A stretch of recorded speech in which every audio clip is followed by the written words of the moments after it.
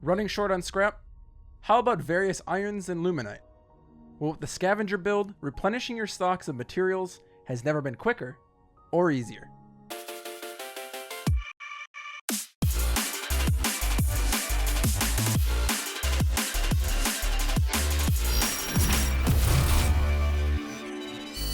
How's it going, everyone? Livid back with a new build for Remnant.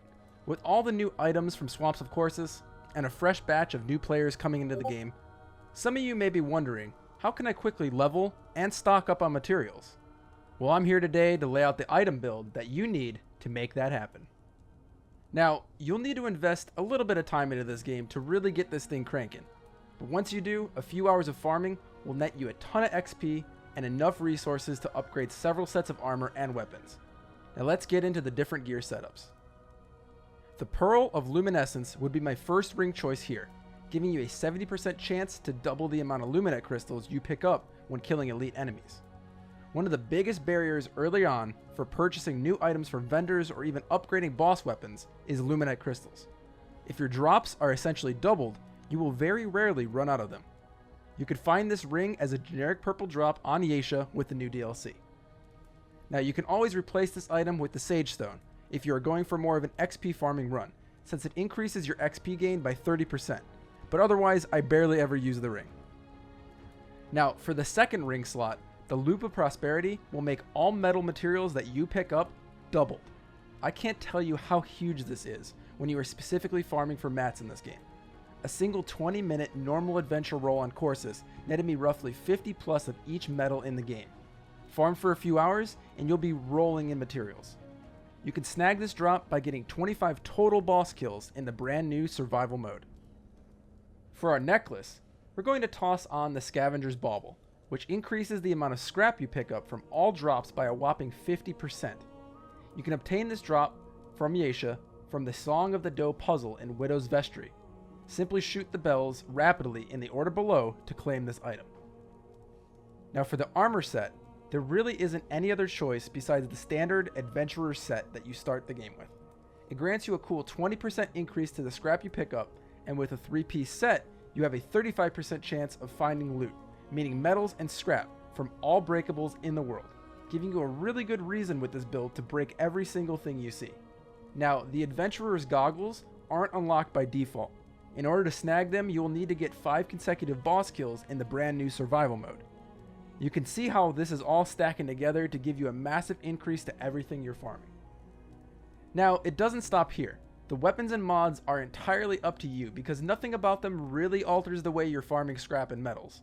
But if you want some suggestions, here is how I prefer to farm with the weapons.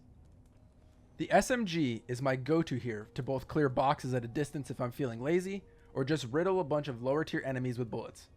If you haven't gotten this gun yet and are just starting out, make sure to check out the link above for that guide. The mod I go with here is Swarm, simply because once you pop it and let it go to town clearing out enemies around you, it gives you the time to loot boxes while it's killing those enemies. Then you just simply pick up what they dropped and move on. Now the other weapon we're going to be going for with the long gun slot is the Chicago Typewriter. For the exact same reason as the SMG, just it has even more bullets to hose enemies down with. If you need a guide on that weapon as well, check out that little annotation above. The mod I use here is Hunter's Mark, a very base level ability that I still find incredibly good even into the final endgame.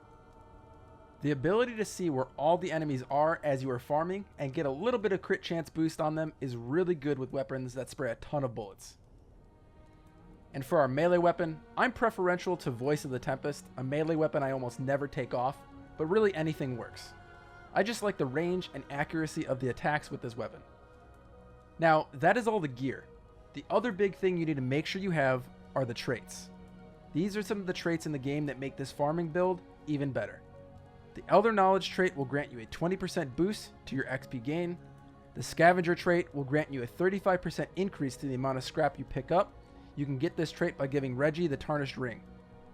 Swiftness will increase your movement speed by 15%, and you can find that by playing the Song of the Guardian on the bells in Yesha. And Luminescent, which gives you an extra 30% chance at doubling your luminite drops. It can be attained by killing the Queen Beetle at the Abandoned Throne on Corsus and giving Morgosh the opalescent shell from the kill. We have another link to that video above. Other traits like health, stamina regen, and so on are pretty standard for everyone. This isn't a crazy damage build or anything, so really all traits kind of matter if you want to use it for that. It is just purely for farming, and for farming, it does that extremely well. Just showing between the starting resources I had and a quick 20-minute Corsus adventure run netted me 10 iron, 70 forge iron, 52 galvanized iron, 148 hardened iron, 40 lumenite crystals, and almost 30,000 scrap. Don't forget, iron materials drop based on your gear score, so you'll find a little bit of everything, but a ton of what you're mainly sitting at gear score wise. Then if you need to, use Ace for her material conversion to get the other tiers of mats you need. Now I hope someone finds this video helpful.